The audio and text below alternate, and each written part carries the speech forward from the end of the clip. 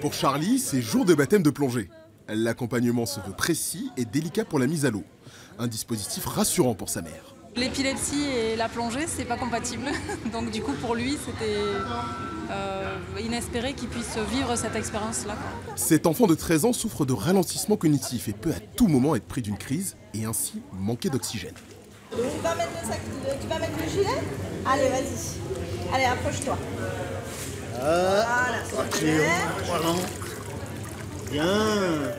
Après quelques minutes de flottement, Charlie se sent déjà à l'aise. J'adore nager comme un poisson. Maçon, monitrice d'auto-école et bien sûr médecin, ici une quinzaine d'adultes participent à un stage de formation afin d'encadrer des individus en situation de handicap. Objectif de cette première séance, assimiler les techniques de mise en confiance indispensables pour obtenir à l'issue des 15 heures de formation un certificat de premier niveau. Allez, encore dans l'eau. Oui, wow, super. J'ai moi-même des petits patients trisomiques que j'aimerais bien voir évoluer dans l'eau puisque je pense que c'est une excellente thérapie. Le travail de récupération dans l'eau est bien plus facile.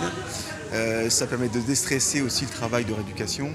Ça permet de faire des renforcements en toute sécurité. À l'instar du tir et du hockey, la plongée fait partie des sports accessibles depuis 2011 à toutes les personnes en situation de handicap.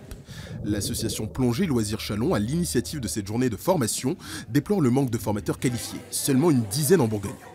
Les moniteurs qui avaient été formés au départ n'étaient formés que pour les handicapés moteurs.